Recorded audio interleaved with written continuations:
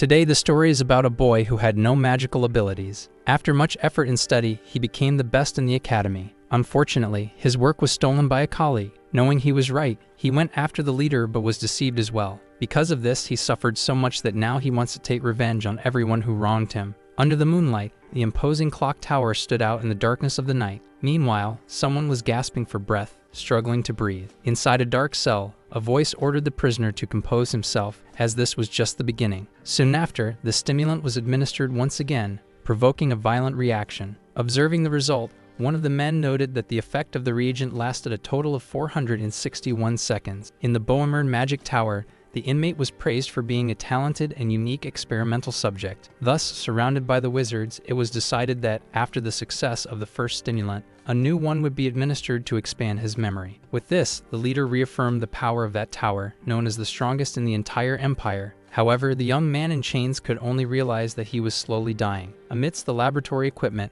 only the question of why all this was happening remained. Yet without answers, his talented mind could not justify why he ended up like this, until a small opening finally appeared before his eyes. Then he decided to forcibly manifest all the power contained in the stimulant. Desperate at the scene, the wizards ordered him to stop as the chains began to break. But unfazed, the master of the magic tower simply turned and asked to be informed of the final result of the experiment. Hanging by the chains, the boy wondered why all this was happening. Soon the answer came as a cruel irony, as he was dying in the magic tower he had always dreamed of being in. Then, a hand grabbed his hair tightly, ordering him to compose himself. As he approached, Weller taunted him about his lack of magical talent, despite being praised only for his intelligence. With a smile, he explained that this was why his life force and knowledge were being extracted in the secret laboratory. Moreover, Weller challenged him to act like the know-it-all he used to be and to say something. While being provoked, Verdon's gaze fixed on an ant walking on the floor. Even with the call, his attention remained completely focused on the insect. Irritated, Weller shook him and asked where he was looking. Suddenly, one of the wizards noticed that the ants from the experiment were loose, causing a small commotion. Furious with the incompetence of his subordinates, Weller crushed one of the ants with his foot. Soon the conversation shifted, with the wizards commenting that the chained one was like a powerless insect, but a valuable rank S subject for them. At that moment, one of the men revealed the true motivation, citing the envy they felt for Verdon's friend who managed to study abroad. Thus, in front of the crushed ant's carcass, the reason for his fate became clear. Clenching his teeth, he finally seemed to understand everything. Surprised by the reaction, Weller asked what he was mumbling about, while the young man simply ordered silence. Soon after, Verdon shouted with all his strength that the only reason for this to happen was his own weakness. Finally, his story began 15 years ago, when despite being an orphan, he entered the tower as a worker to fulfill his dream but failed. The reason was his rank D growth limit, a diagnosis that at 7 years old sentenced him as someone without talent for magic. Still, he did not give up on his dream and read spell books in secret while working in the tower. With this, he learned the essentials from various books in the library, relying on his intelligence since he had no magical power. A few years later, his intelligence was recognized, and he finally became a researcher at the Magic Tower. Soon his work was praised as something beyond genius, worthy of being recognized by the master of the tower himself. In a moment of gratitude, he thanked Lucard, saying he needed to prove that thesis before presenting it. When Lucard asked if he was the first to see the work, Verdon confirmed that yes, he was the only one. He believed that the colleague was the only one who recognized him, until the day he presented the thesis as if it were his own. When he found out, it was already too late, but he still ran to the master of the tower to plead for him to believe him. Before the master, he asserted that the thesis was his, and that it had disappeared a day before Lucard presented it. The master of the tower, Balrog Bessias, then questioned him about being the author of the theory of multidimensional continuity. Anxious, he asked for permission to explain everything from the beginning, receiving only a surprise comment from the master. Balrog admitted that he had not imagined there was a talent of that level among ordinary researchers. On that day, the decision to seek the master of the tower sealed his fate in a way he could not foresee. With that, the master invited him to his laboratory in 2 days, at the moment when the moon would be covered. Thus began a confinement of 7 years, thrown on the floor of a cold, dark cell. In the master's laboratory,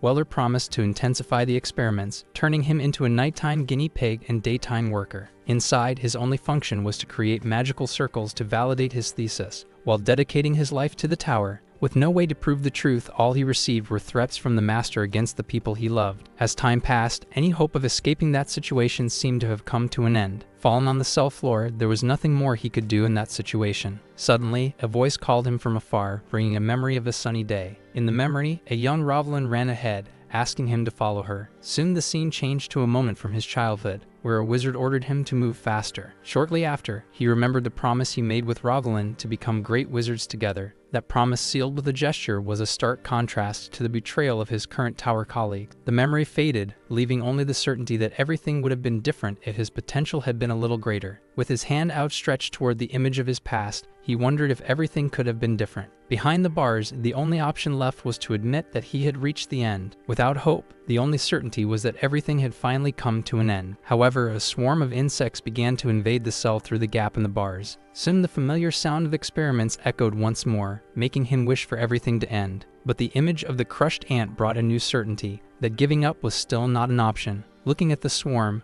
a new perception arose, confirming that this was not yet the end. Then, the insects grouped into a humanoid shape, offering a path of revenge and survival. That figure then instructed him to hold on and endure the pain once more. The promise was clear: he would be reborn with great power to never be trampled again. With this power, he would finally be able to surpass all his limits. As he clenched his fist tightly, the decision to accept that path was finally made. While looking at the moon through the cell window, his new conviction was that this was not yet over. For that, he needed to sharpen the blade of revenge he had prepared for 7 years until it was complete. Only one last problem remained that still prevented him from putting his plan into action. Faced with overwhelming power, it became clear that having a mind smarter than others was not enough. Thus, the only solution was to challenge his fate, completing a method never seen before to reconstruct the body. With his hand over the magical circle, Verdun began his theory of challenging the heavens. Everything was prepared in the magical circle for the following day. The next day, his only mission would be to finally break all his own limits. The theory of challenging the heavens to reconstruct his body was finally completed at the moment he accepted death. Now, kneeling over the magical circle,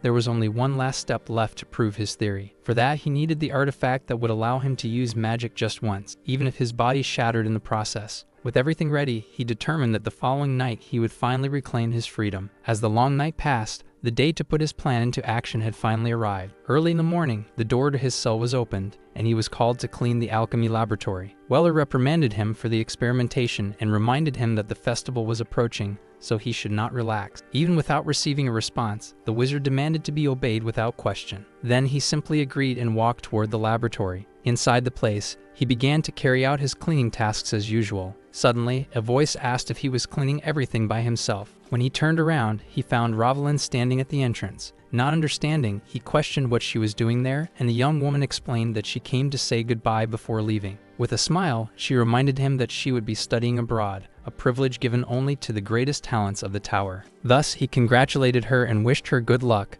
but Rosalind only watched him in silence. With his hand outstretched, he reinforced his offer and asked her to take him with her to Verent. According to his words, in the magical city he would find new learning opportunities, far from arrogant people who despised him. Awkwardly, he tried to disguise it, and said he just wanted someone to talk to during the journey. Even with the insistence, he refused the offer and stated with a smile that he would remain there in the tower. Faced with the refusal, Rosalind simply observed him in silence for a moment. Before leaving, he promised that he would write letters to him from afar, while his carriage was already waiting for him. Watching the vehicle move away through the window, he lamented that she knew nothing. He knew that she had no idea what was really happening in that place. With that, there was only the certainty that Rosalind was unaware of everything he had been through up to that point. Still, the only relief was knowing that she would not be involved in his plan for revenge. That night, the Magic Festival began, the most important holiday celebrating the construction of the first tower. With the start of the festival, high-ranking wizards left the place, leaving only the low-ranking ones behind. Then he knocked on the door of one of the rooms and announced his arrival. Upon entering, he explained to the guard that the master of the tower had asked him to clean the treasure vault. The guard reprimanded him for not asking for permission in advance, calling him foolish and pathetic. The administrator allowed him entry but warned him not to scratch or lose anything at all. As soon as he opened the door, he stopped in front of it. Shortly after, he touched a small object to activate a spell. With that, the artifact to block any sound was successfully activated. Everything was ready to begin, so he descended the long spiral staircase of the vault. Before him,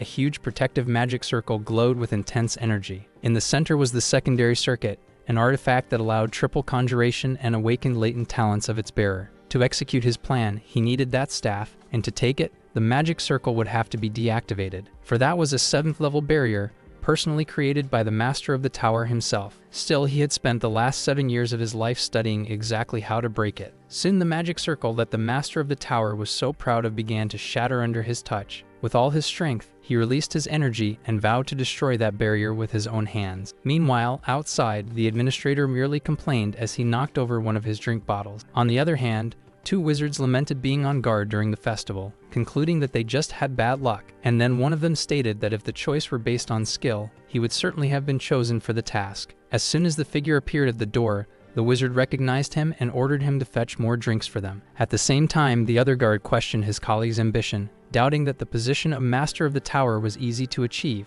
Amid the conversation, the guard mocked the idea and promised to pay for the drinks if his colleague became the master of the tower. With a smile, the bearded wizard accepted the bet and confidently reaffirmed that he would become the next master of the tower. Suddenly, a quick shadow crossed the room toward the other guard. Not understanding what was happening, the wizard asked what was being done. Standing on the other side of the room, Verdun simply stared at him holding the staff. Surprised by the scene, the other wizard shouted his name and asked if he had gone mad. Furious at the audacity, the guard called him a rat and prepared to correct him with his staff. Shortly after, he cast a rank 3 spell, summoning a huge wave of water against his target. Faced with the imminent attack, Verdun simply identified the magic as rank 3. With a single gesture, he conjured earth spears that pierced the wave of water mid-path. Completely surprised, the wizard merely watched his spell being neutralized by the advancing stone spears. Fallen on the ground, the guard questioned how someone of rank 1 like him could use magic that way. With the other already unconscious, Verdun asked if he was shocked that a mere guinea pig could use magic. Then he pointed the staff at the guard and stated that this was what happened when one played too much with people.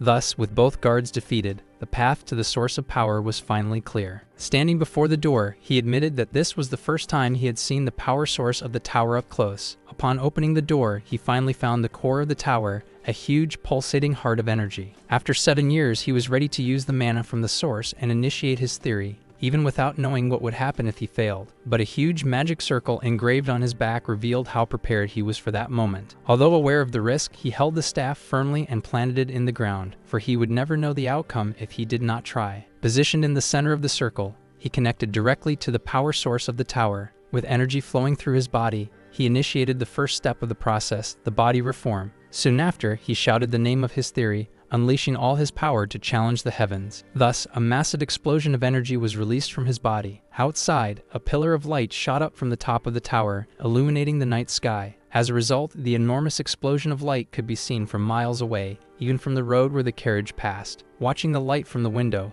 the master of the tower immediately recognized that energy as coming from the power source. Thus, he concluded that someone had invaded his magical tower and was using his power. Amid the rubble, the smoke slowly dissipated under the moonlight. As the dust settled, Verdun emerged from the debris and began to rise with difficulty. Although the explosion had destroyed the entire area, he realized he had managed to survive. Kneeling in the middle of the crater, he concluded that the plan had been a success. Suddenly, something streaked across the sky at high speed in his direction. With that, he identified that someone was approaching rapidly using magic circles. The figure descending from the heavens was recognized as the master of the magical tower. As soon as he landed, the wizard glared at him from a distance, concluding that he must have noticed what happened to his men. Without hesitation, he concentrated a large amount of energy in his right hand. He then unleashed a powerful spell that exploded with devastating force. When the dust settled, the master scanned the surroundings looking for the target. At that moment, he identified a teleportation magic circle at the site of the explosion. He then gritted his teeth, questioning the audacity of whoever dared to attack his tower. Surrounded by an aura, the old wizard vowed that he did not care about the identity of the invader, whether they were the emperor or a child. With that, he assured that he would find the responsible party and end their life. Soon after, the sky darkened into a storm of lightning as his promise echoed. Elsewhere, the morning dawned peacefully in a sunlit forest. In this environment, the sound of flowing water began to catch his attention.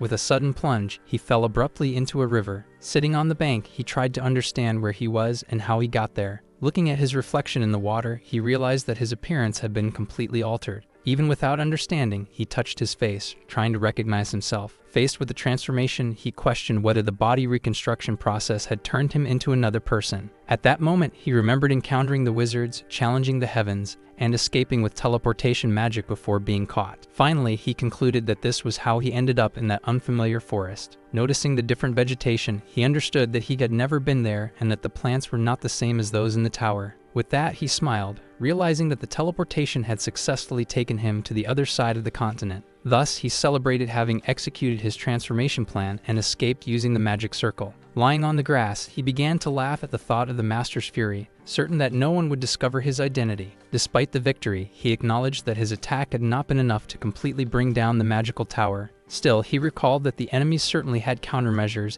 and did not earn the title of the Omnipotent by chance. Even so, he decided that the plan had worked for now and that he would use the tower's reconstruction time to strengthen himself for revenge. With his hand raised to the sky, he swore to destroy everything the master had built, so that the name Verdun would be etched in history. After determining that revenge and self-affirmation were his only purpose, he stretched and mentally bid farewell to the tower for the time being. Not far away, a goblin struck a wooden box with its axe. Without wasting time, Verdun extended his hand and conjured the wind cutter spell. The blade of air advanced and sliced the goblin in half before the creature realized the danger. As he walked, he analyzed his hand and concluded that the sensation of using magic remained the same. He deduced that, although the reconstruction had changed his hair and eyes, his mana capacity had remained unchanged. Kicking the body aside, he understood that, due to the presence of goblins, he must be far from any village. At that moment, marks beside the box caught his attention. Kneeling, he identified tracks of a cart and deduced that someone had hastily abandoned the cargo. With the intention of finding the owner, Verdun decided to use mana detection on the box. As soon as he activated the spell, a trail of energy shot out following the marks left by the vehicle. Further ahead, a man urges the horses to run as fast as possible. In panic, the driver tries to understand how he ended up in that situation. A memory shows him surrounded by bandits who should have already been exterminated. Another memory reveals that neither the mention of a baron nor the escape of his mercenaries were the real problem. What truly terrified him was the appearance of an orc with a macabre smile among the bandits. He recalls the luck he had in escaping while the orc was distracted massacring the others. Back in the present, a loud sound startles him, making him believe he is being pursued. Desperate, he whips the horses to make them run even faster. Suddenly, the cart's wheel hits a root and brakes, causing the vehicle to stop abruptly. With the impact, the driver is violently thrown to the ground. Trying to get up, he supports himself on his back, panting and in pain. At that moment, he turns alert upon sensing a presence approaching. Ahead, dozens of pairs of eyes appear in the darkness of the forest. Orcs and goblins emerge from the shadows and surround him, leading him to lament his fate. Without delay, the creatures charge all at once. Certain that everything was over, the man simply closes his eyes and waits for the blow. In the last instant, a massive wall of earth rises from the ground, blocking the creature's attack. Observing the scene, Verdun comments that he forgot to leave an opening for the man to breathe. Thus, the orc leader turns and stares intently at the newcomer. From atop the rock, he decides that he needs to eliminate all the monsters before the victim runs out of air. While concentrating a flame in his hand, he views that moment as his first real battle. In response, the orc leader roars and charges forward with the other monsters. With a smile, he realizes that this is the perfect opportunity to test his new combat skills. Thus, multiple fire arrows rain down on the monsters, decimating the first wave of attack. As the flames spread, the orc leader remains standing, completely unharmed by the spell. Then, with a roar, the creature orders the surviving goblins to advance toward the wizard. As soon as they receive the command, the enemies run and begin to climb the rock to reach the conjurer. For his part, the young man prepares to invoke 2 spells at once, combining fire arrows and whirlwind. Using the double casting technique, he merges the 2 magical circles into one. Then, the sorcerer points downward and activates the heat wave arrow against the enemies. Soon, a massive explosion of fire consumes all the goblins that were advancing. After the attack, the charred bodies of the creatures begin to disintegrate into ashes. In light of the result, the young man reflects that he wouldn't have been able to defeat a single goblin before. Looking at the battlefield, he confirms that none of the smaller monsters survived. With that, he decides to turn back to the wall of earth, determined to free the man before he runs out of air. Suddenly, the hand of the orc leader emerges from behind the rock and reaches toward him. Before he could react, the wizard turns in complete shock. Some time later, the now repaired cart travels peacefully down the road. Inside the vehicle, the man who introduces himself as Conrad promises that he will never forget what happened. With that, he thanks his savior for protecting his life and wonders how he can repay the favor. Not giving it much importance, the conjurer merely warns him to keep his eyes on the road, or he will tip the cart again. Soon after, Conrad asks if he was in danger during the fight against the monsters. With his eyes closed, the young man thinks that the situation was only a little dangerous. Then, a quick memory makes him recall the exact moment he noticed the attack from the surviving orc. The recollection shows the creature from behind as it prepared a spell up close. Thus, using the wind cutter, he managed to slice the monster in half before being crushed. Back in the present, the wizard smiles and assures Conrad that there is nothing to worry about. Shortly after, he asks about the frequency of thieves in the area, as they tend to avoid places with monsters. With that, the traveler explains that the forest is under the control of Baron Pythe, and that the thieves should have been defeated. For this reason, he traveled without mercenaries, leading the conjurer to conclude that his teleportation took him to the right territory. Even with his tracks erased, he decides that he will need to hide his identity and grow stronger in case he is sought after. When questioned by Conrad, he realizes that he had not introduced himself yet. With that, he formally reveals himself as Asher, deciding that he will only use the name Verdun again when facing the master of the tower. Soon the cart arrives at its destination, the estate of the Baron of the Paith territory. As soon as they arrive, the local noble questions Conrad about what happened upon seeing him in that state. In response, the man jokes that he must have lost weight while fleeing from the orcs. Finally, the Baron apologizes for the incident, but Conrad reassures him, saying it was not his fault. Then, the noble identifies the young mage as the one responsible for saving his friend and states that he cannot stand idly by in light of such a feat. With that, the Baron gives the order for the guest to be taken to the castle. Now in new clothes, the young man formally thanks him for the hospitality, the clothes, and the food. The noble then accepts the thanks with a smile. Shortly after, he introduces himself as Baron Pythe Henrod, the lord of that territory, and invites him to sit down. During dinner, the host asks if the food is to the guest's liking, receiving a positive response. As a reward for saving Conrad, the Baron offers him the sum of 5 million elk. Additionally, he takes the opportunity to propose a job with good pay. After considering the offer, the guest sets his fork down on the table and asks what the job entails. The Baron begins to explain that, days ago, bodies of residents from a neighboring town were found in the southern forest. Even with the town in ruins, the investigation found no traces of the culprits, as if everything had been erased by magic. Faced with the speculation of a mage among the bandits, the young man interrupts and asks when they plan to hunt them down. With a smile, the Lord answers his question. 4 days later, the conjurer joins the hunting group gathered at the castle gate, ready for the mission. Soon, a knight approaches and introduces himself as Enoch, the commander in charge of the plan. Then Enoch introduces his companions Harris and Peric, who greet the newcomer enthusiastically. Returning the gesture, the young man shakes the commander's hand and formally introduces himself to the group. While reflecting on the Baron's proposal, he decides to accept the job of hunting bandits as payment for his stay. Noticing a large group of people gathered, he asks Enoch if they are also part of the plan. The commander then explains that they are adventurers, drawn by rumors of the recent appearance of a strange orc. With that, he adds that the good reward has attracted even gold-rank adventurers. The mage recalls that adventurers of that level are veterans comparable to knights, capable of using energy to strengthen their bodies and weapons. Already in the forest, he questions the need for his presence, as the group already has 3 knights and other warriors. At that moment, Enoch asks him to alert if he detects a mage, making him suspect the true reason for his hiring. In response, the commander explains that a mage's long-range spells make it very difficult for the knights to approach. With that, the young man states that the situation is unfortunate, leaving the group leader completely on alert. Soon after, he stops in the middle of the path, causing everyone to halt their march along with him. Then, the conjurer extends his hand and warns that there is a magical circle ahead, just before using the disperse spell. With the magic, a huge trap hidden in the air is revealed to everyone. The group members react in surprise, wondering how something like that could exist there. Soon, the mage explains that the spell served as camouflage and a warning for the user, asking everyone to stay back. Without hesitation, he concentrates energy between his hands and fires a spell that opens a direct path through the forest. Enoch watches the scene completely surprised. Given the ease with which the magic was undone, the commander questions the true identity of the young man. Thus, the explorers are members of guilds that accept missions to explore territories or repel monsters that threaten people. Even with death always nearby, an adventurer's skill is admired for bringing wealth and fame. Over time, some become so strong that they lose control and abandon their honor to attack other humans. In the end, they become nothing more than bandits, like the leader of the group who laments his situation in the forest. Next to a carcass, the chief complains that the damages from the last attack have not yet been resolved and that they are now out of food. With that, he orders his men to stop watching and immediately go out to hunt something to eat. Hidden in the brush, the knights identify the group as their target and wait for Commander Enoch's orders. As soon as the leader of the warriors decides to attack to take advantage of the enemy's low guard, the mage stops him and asks him to wait a moment. Then he reminds him that they have not yet assessed the enemy's strength and that they could lose if the rival conjurer is stronger. Even so, Enoch shows concern about the possibility of the bandits starting to move. In light of the situation, the young man claims there is a way to resolve the impasse while observing the enemies. While one of the criminals, Varja, complains about the effort to expand the area and about the dead recruit, the sorcerer tells him to stop.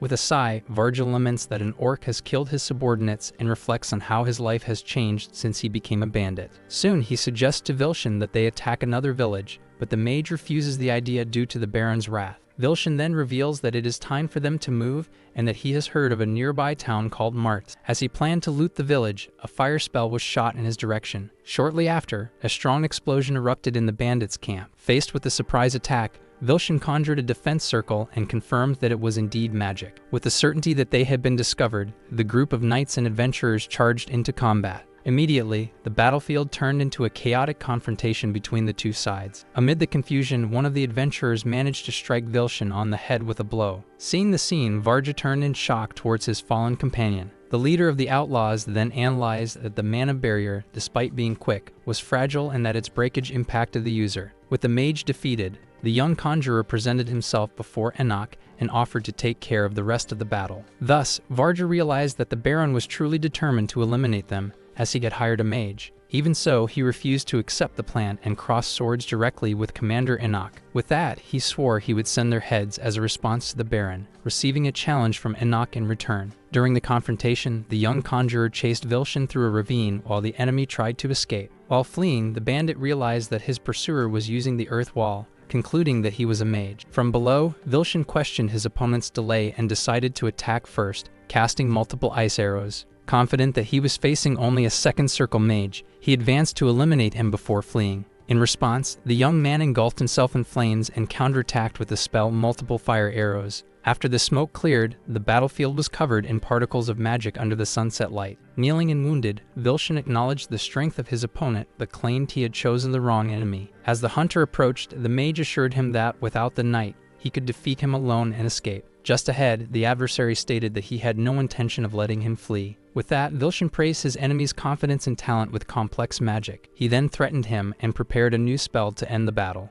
Vilshan then conjured the third circle magic, Falling Ice, materializing a huge mass of ice. With the order to die, the ice was launched towards his rival, who merely observed the attack. Suddenly, a massive ice cube formed on the ground, trapping the opposing mage inside it. Not understanding what had happened, the bandit found himself unable to move within the prison. Outside, two columns of earth crossed over the ice cube, completely sealing the trap. Trapped, Vilshan could not believe that his spell had been blocked while the other watched him from outside. Soon after, the conjurer raised his hand and invoked the spell Earth Spear. With a simple clenching of his fist, he activated the attack. With that, multiple earth spears erupted from the ground and pierced the ice prison from all sides. Vilshan questioned how a second circle mage could use a third circle magic. In response, the rival merely challenged him to guess how that was possible. Vilshan then realized that he was not only facing someone capable of casting third circle spells, but also someone who mastered 4 different attributes. At the moment he understood he had been deceived from the start, an earth spear struck him. After the battle, the victor merely observed the body of his fallen opponent under the sunset light. He concluded that his journey there was worth it. After all, that fight taught him how to combat other mages. Soon after, near the lake, a strangely appearing creature emerged, smiling amidst a field of bodies. Days earlier, the young man recalled having created an experimental potion he called Magic Circuit Delator. Then he fell to the ground writhing after ingesting the substance. Thanks to this, he reached the third circle while energy flowed from his eyes. Back in the present, he observed the body of the mage, thinking about how to prove his feat to the Baron. Soon his attention was drawn to the wand that the bandit had used during the fight. Then he knelt down and used an appraisal magic on the object. The analysis revealed it to be a magical stone wand that reduced casting time and increased the effectiveness of ice spells. At that moment, Peric rushed to the scene, relieved to find him safe. The knight explained his concern, while the young man justified his delay due to the strength of the opponent. When asking about the other bandits, the ally confirmed that they had been defeated and that Enoch was still fighting against the leader. Before they left, the young knight allowed him to ask a question. Holding the wand, he wanted to know what should be done with the bandits' belongings. Peric replied that by order of the Baron, he could keep any item that interested him. With that, the mage thought of Baron Paith's generosity and decided he would make good use of the wand. Once reunited with the knights, he was congratulated for his good work,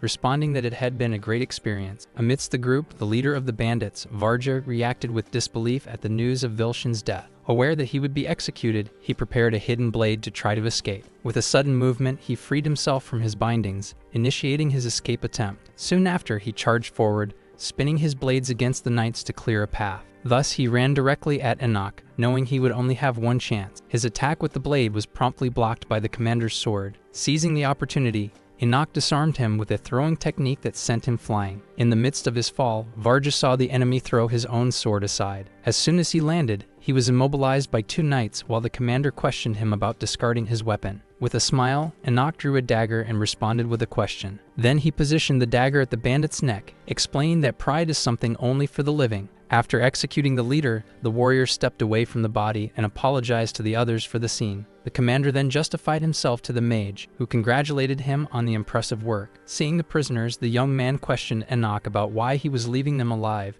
receiving the explanation that they could be survivors. Therefore, the knight planned to take the prisoners to the castle to confirm their identities before deciding their fates. Next, Harris ordered everyone to prepare to return, instructing the knights to move the bandits. While one of them was forced to stand up, another watched the scene with suspicion. Suddenly, this prisoner turned and ran towards the forest, screaming that he didn't want to die. Seeing the escape, Harris declared that he would take care of him and prepared to advance. At that moment, Asher interrupted him, stating that something strange was happening. As soon as the fleeing bandit turned, pleading for help, Asher reacted immediately. Soon, Harris also sensed a different presence and identified the strong smell of blood in the air. The entire group then turned, looking in the direction the man was running. In the blink of an eye, the prisoner's head was thrown towards Harris. Everyone went on high alert upon spotting the figure of an orc in the forest, not understanding what was happening. Asher quickly connected the dots and concluded that this was the creature the adventurers had failed to defeat. Shortly after, a massive orc charged forward with an axe in hand,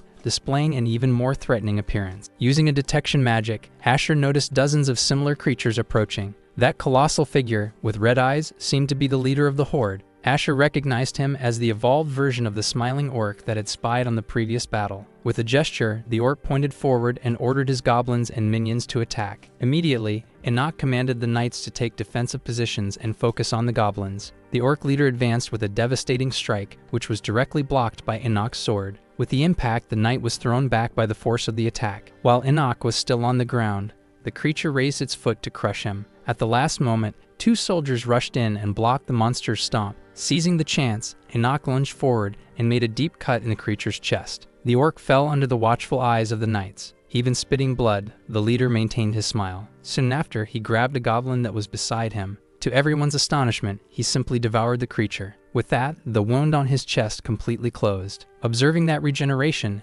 Enoch concluded that they would not be able to return to the castle safely. As soon as Enoch ordered everyone to prepare for battle, the orc smiled with his weapon in hand. Immediately, the creature hurled its giant blade towards the knights. Thus, the weapon flew directly at Harris, who braced for impact. However, the knight managed to block the projectile with his own sword at the last moment. With the force of the blow, Harris's blade shattered into several pieces. Next, the shards of the destroyed sword flew directly at his face. Then the fragments hit him squarely, piercing his skin. With that, the warrior's body was thrown back with the violence of the attack. Seeing the scene, Peric shouted the name of his fallen companion. At that moment, Enoch warned him to be careful, as the enemy was already in front of him. Thus, the young knight advanced and delivered a precise cut against the creature. However, his expression changed to one of complete surprise, for he realized that the sword had become lodged in the orc's muscles, which contracted to immobilize it. While Peric futilely tried to free his weapon, the adversary reached out to capture him. Suddenly, Asher used a skill and struck the monster with some stones. At the last moment, the mage called Peric to him.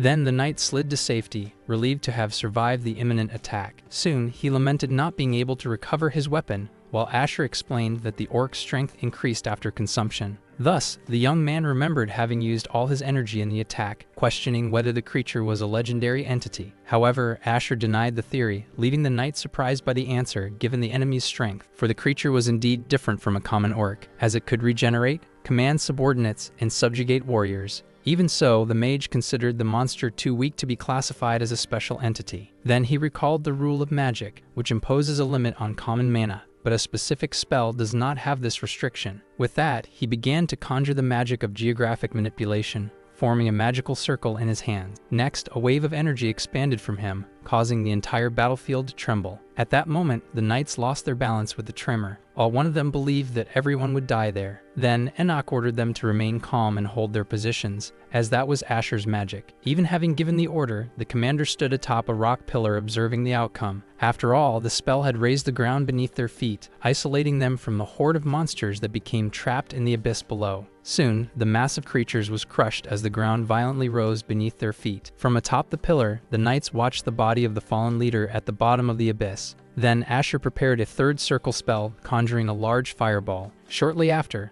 the flaming sphere descended like a meteor onto the remaining monsters in the valley. As Perek celebrated the attack, Enoch asked him to maintain his dignity, but the young man replied that it was satisfying. However, the mage reflected that geographic manipulation has no limits of expansion, but its mana cost makes it impractical. Even so, he was disappointed with the result, as he expected greater power than that of a third circle spell. Suddenly, a roar from the bottom of the abyss interrupted his thoughts and drew everyone's attention. Even amidst the flames, the creature was still alive, devouring another goblin to regenerate. Then, Perek questioned him about what to do, while Asher decided that if the monster did not die from the fire, he would try something else. With that, he conjured a wave of water that descended over the abyss, extinguishing the fire and hitting the orc. Soon after, he jumped from the rock pillar with his wand in hand, while the young man shouted his name. During the fall, the mage prepared 2 ice spells simultaneously for a combined attack. Then he launched a barrage of reinforced arrows that advanced directly against the orc leader. Thus, the strike hit the creature squarely, completely freezing it in a large block of ice along with its minions. Before the paralyzed enemy,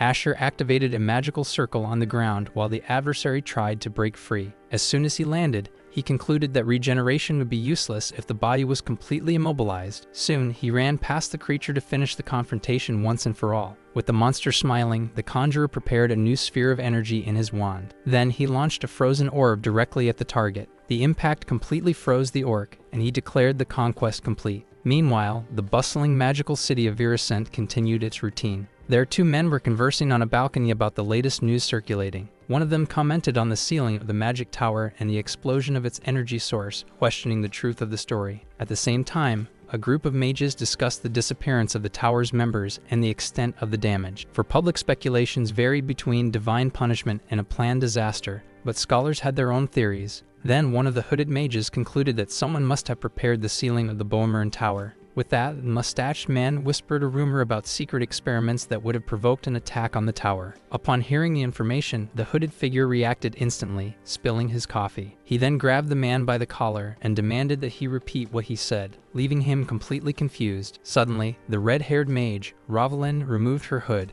asking what had happened. In a serious tone, she completed the question, demanding to know what happened to the Boemern magic tower. Back in the Baron's domain, the return of the subjugation team was celebrated with a toast. As soon as the mission against the bandits ended, they returned to the castle, where Pathy offered a banquet in their honor. During the feast, the noble congratulated everyone for their work and noted Asher's absence. Soon after, he noticed the wizard approaching and announced his arrival to the guest. Then he entered the hall accompanied by Conrad, asking if he had arrived too late. With that, the Baron welcomed him with a glass of wine, assuring him that he arrived at just the right time. After thanking him, the conjurer commented on the presence of soldiers at the banquet, and the host replied that social status did not matter. The feudal lord then changed the subject, questioning about the unusual strength of the bandits they faced. While drinking, Asher agreed that with that level of skill, they wouldn't need to steal to survive. Soon, an assistant handed a document to the Baron, who offered it to the guests so he could understand the situation. Thus, the report revealed that the leaders of the bandits were wanted criminals, former gold-rank adventurers who fled after killing their companions. Upon reading the document, Asher finally understood the reason for the high bounty of 10 million elk on their heads. Then he realized why the Baron seemed so pleased, as the damage would have been severe without his help. Suddenly, he noticed the host staring at him with a strange expression and asked why. In response, Pathy praised him for taking care of the bandits and the monster, revealing that the Adventurers Guild sent their thanks. The Baron apologized for getting carried away and composed himself. He then solemnly thanked the wizard for rescuing the villagers and allowing the victims to have proper funerals. Shortly after, he raised his glass and proposed a toast to the sorcerer who saved the territory of Pate. With that, everyone in the hall raised their cups and toasted in honor of Sir Asher. The banquet that followed had a different atmosphere from the magic tower, with everyone enjoying themselves together. Thus, that warm and unpretentious place contrasted with the cold treatment he was used to receiving. For the first time since escaping the tower, Perek pulled him to drink with the others. With that, the conjurer managed to smile genuinely while holding the mug. Far away, Ravelin watched the Bohemern magic tower, unaware of the turmoil its collapse would bring. Seeing the structure intact, she concluded that the rumors were exaggerated until someone called her. Then, a man returning from Virescent confirmed he had heard about the energy source but commented that the building looked fine. Ravelin interrupted him to ask directly where Verdun was. Not knowing how to respond, the traveler simply pointed to a bulletin board where a crowd was gathered. On the board, there was a large list with the names of the missing people. Upon understanding the situation, her expression changed completely as she looked at the list. Then, Ravelin observed the mural with the photos, stopping in disbelief in front of Verdun's face. For the notice stated that Verdun, the missing number 31, had been exposed to the energy source and his body had not been found. With that, she remembered their last conversation when he promised he would be there waiting for her return. Thus, the image of Verdun smiling shattered in her mind, along with the possibility of never seeing him again. Then, the mage covered her face with her hands, beginning to collapse to the ground. Suddenly, an aura of red energy exploded around her as she screamed, refusing to accept that loss. Soon, the explosion intensified, releasing all her anguish in a final scream. At that moment, a hand touched her head while a voice told her to stop, as it wouldn't change anything. Thus, Ravelin lifted her gaze and recognized the man in front of her as Lord Valdic. Kneeling on the ground, she asked him what exactly had happened at the magic tower. While helping her to stand, Valdic explained that the energy source went mad and annihilated everyone in the central area. Moreover, all data, research records, and even the magic circle of the vault were destroyed. The master of the tower then lamented the immeasurable loss of the second circuit, the books, and the artifacts. However, the most lamentable loss for him was that of Subject 77, as his brain could have restored the lost result. Back to Ravelin, Valdic placed his hand on her shoulder and revealed that he had found clues about the culprit who escaped. Thus she questioned him, and the elder explained that someone had disappeared 3 hours before the incident and was tracked with the help of other magical towers. As a result of the investigation, he revealed a necklace with a red triangular emblem that he had discovered. As soon as she saw it, the mage recognized it as the emblem of the organization known as Black Hour. For the Black Hour was a secret group that not only researched magic but used it as a means to govern the world. Valdic then confirmed that they were involved in the incident, although he did not know how they had infiltrated. He then announced the creation of an extermination unit and offered Ravelin a place on the team. With that, the sorceress crushed the emblem in her hand with all her strength. As she knelt with her eyes glowing red, Valdic understood that he already had his answer. Days later, at the Adventurers Guild in the domain of Pate, an officer received Asher for a conversation. Thus, the representative began the meeting by formally apologizing to Sir Asher for the incident. He then explained that the guild had underestimated the danger of the orc, even after the failure of the gold rank adventurers. Relieved by Asher's understanding, the man handed over the certificate with the reward for the subjugation. Thus, the document detailed a total reward of 24 million elk, but the final amount after taxes was only 12 million. However, the officer justified that the 50% fee for non-members was an imperial law that could not be ignored. With that, he revealed with a smile that there was only one legal way to avoid the taxation, and the warrior deduced that it involved becoming an adventurer. Soon, the deduction was confirmed with enthusiasm when the officer explained that, due to being a special case, he could start directly at silver rank to reduce the taxes. Still, even with the insistence to sign the form, the young man set down his cup, aware that becoming an adventurer would restrict his future actions. Finally, he interrupted the man with a smile and asked for the payment to be processed that way, as his priority was to strengthen himself for his revenge. In the warehouse of the Adventurers Guild, he prepared to conduct his research. With that, he removed the sheet covering the body of the orc variant to begin a thorough investigation. Soon he realized that the fabric was a preservation artifact, something he did not expect to find in that guild. Upon analyzing the body, he noted that the condition of the corpse was far from ideal for research. Thus, the analysis revealed that, in addition to the red pupils and skin,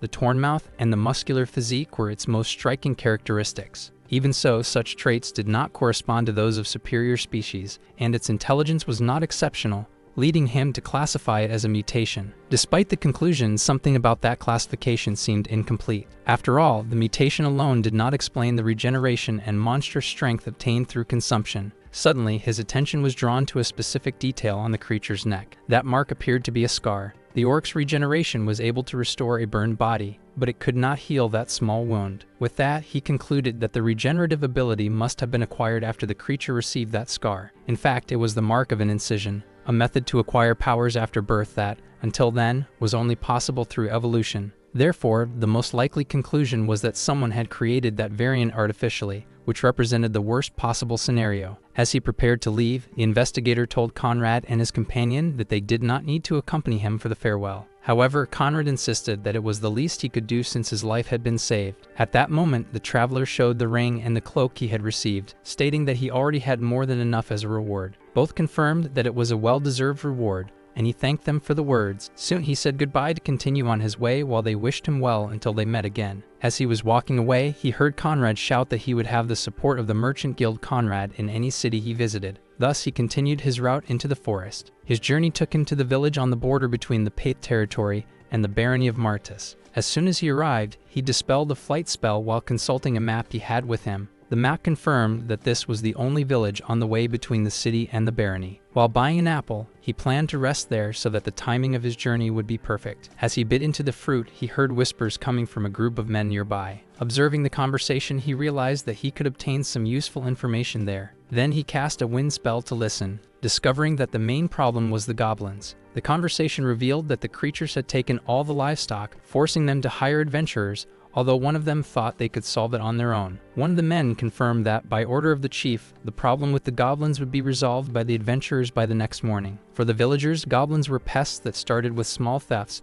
but could escalate to attacks that destroyed entire villages. Therefore, hiring adventurers was the standard response to the situation, something that did not seem unusual. Soon after, the conversation shifted to a rumor about a monster that a man named James had supposedly seen in the forest. Despite the village chief's order to keep quiet about the matter, one of them decided to tell the story anyway. Thus, the narrative began days earlier when James went to the forest to check the traps he had set up as usual. While he was there, he heard the sound of a boar screaming and turned to see what it was. Before him stood a goblin with a torn mouth, larger than an orc, devouring the boar. Fearing that the adventurers would charge extra, one of the men requested silence, and with that, the traveler dispelled his listening magic. That unexpected information about a large goblin with a torn mouth caught his attention. Then he smiled upon realizing that it was a coincidence hard to ignore. Meanwhile, in the nearby forest, the hunt for the goblins had already begun. With a precise throw, a spear flew through the air and struck one of the goblins squarely. Behind the bushes, the two hired adventurers watched the outcome of the attack. At that moment, the archer Myrna asked her partner, Loke, if he had improved his skills. Shortly after, Loke teased her about the hit, but the leader Iris intervened, reminding them to stay focused on the mission. With that, Mild asked the commander if she had found any signs of the goblins. Then she pointed to a nearby cave, identifying it as the likely lair of the creatures. As they gathered, Iris explained that the bone totems were a symbol of hobgoblins, and that the cave's terrain was the main danger. Next, the leader ordered to destroy the totems and traps before entering, and the others agreed. Soon after, Iris cast an enhanced vision spell, causing Myrna to notice a sudden change in her sight. Following that, the leader confirmed that now everyone could see in the dark without needing torches, being praised for her reliability. With the preparations completed, Iris signaled for the group to advance into the dark cave. However, before entering, she suddenly stopped, and Myrna questioned her about what was wrong. Still, the leader replied that it was nothing, although she had the impression of sensing a mana presence nearby. Finally, the forest surrounding the cave remained silent for a moment. Inside a dark cave, a source of light indicated the way deeper. Just ahead, some goblins were performing a ritual around a campfire. Suddenly, one of them did not notice a glimmer coming from the darkness of the tunnel. In the next instant, an arrow pierced the head of one of the creatures, to the surprise of the one beside it. With that, the adventurers quickly advanced into combat. At that moment, the two warriors entered the fray, cutting down the goblins with their swords. Meanwhile, the archer commented that everything seemed to be going well, but the mage warned her not to let her guard down. After the fight, the group gathered to observe the dark passage just ahead. At that time, Myrna offered to explore the path, while Iris asked her to be careful and send a signal. As she advanced, the young woman found a path littered with goblin bodies scattered on the ground. Suddenly, her expression turned serious. Then the swordsman asked what was wrong, and she replied that she had just heard something strange. From the shadows, an unknown silhouette slowly revealed itself. Soon after, a huge creature rose from the ground. In astonishment, the entire group turned to face the figure that had appeared before them. At that moment, everyone understood that it was a giant, mutated goblin not described in the mission. With weapon in hand, Iris announced that she would focus on bringing it down and explained the plan. Thus, she instructed Myrna to hit the goblin's right eye, while Loke and Mile would buy time for her to finish it off. Following the plan, the archer jumped from a rock and readied her bow for the shot. Then she aimed accurately at the target. With that, the arrow struck the creature's eye squarely. Then, seeing the monster react, Loke shouted for Mile to raise the shield immediately. Shortly after, the two advanced together with their weapons enveloped in energy. However, as he jumped to attack, Loke's strike had little effect. In the midst of his advance, he realized that something was wrong, for the giant hand of the goblin was getting closer to grab him. At that moment, Iris prepared a mana explosion spell. Soon after, she shot multiple energy spheres that hit the goblin's body. With the impact, the creature recoiled, screaming. So great was the force of the attack that it hurled another monster at them. Surprised, Loke shouted upon realizing that the creature had just thrown a goblin. At that moment, Myrna yelled for Iris to duck, as the body was flying directly towards her. From the shadows, Asher used a skill to deflect the projectile in midair. As a result, a burst of energy struck the goblin mid-flight, altering its trajectory. Shortly after, the projectile smashed against the stone wall, right next to the mage. Fallen on the ground, she observed the stain on the wall. At the same time, a new arrow was shot at high speed.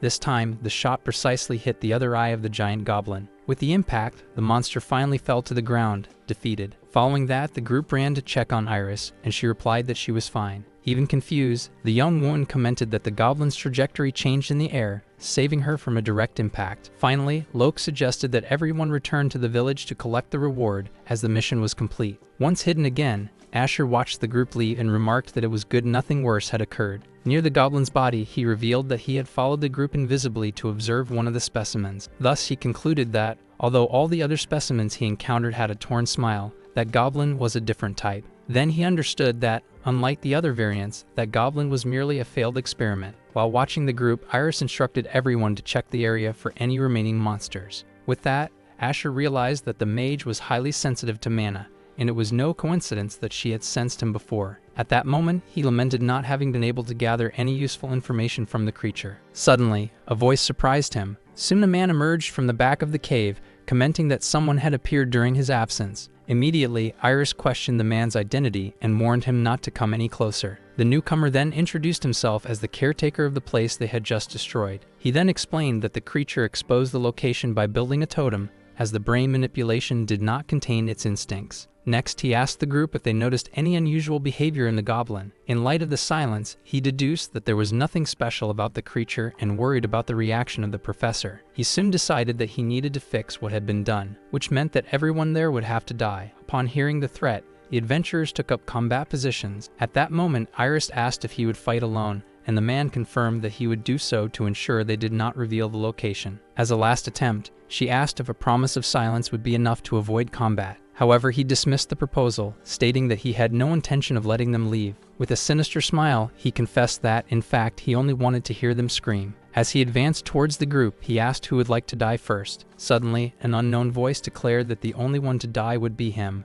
making him laugh at the bravado. At that very moment, he realized that the voice had come from behind and tried to find out who had spoken. Soon after, Asher appeared behind him, questioning his threats about screams and death. The man knelt in a defensive posture as the intruder asserted that he was the one trying to pretend to be strong. With his body enveloped in energy and preparing a spell, Asher then asked if the man did not agree. Thus, Asher advanced towards the man, stating that he did not intend to intervene. Even so, his intervention became necessary to prevent the group behind him from being annihilated. With that, he remembered that the man had referred to the goblin as a test subject. Moreover, the mention of a figure called Professor also caught his attention. In light of that certainty, the adversary looked at him seriously and asked who he was. Then Asher refused to answer while preparing a large magic circle. The caretaker stated that it did not matter, even if his identity was not revealed. He then advanced surrounded by an aura, assuring that the fact of Asher dying by his hands would not change. In response, the mage prepared a spell of multiple fire arrows. The caretaker, however, cut each of the arrows with his energy attacks. At that moment, the man's sword strike collided directly with the magic shield. Soon after,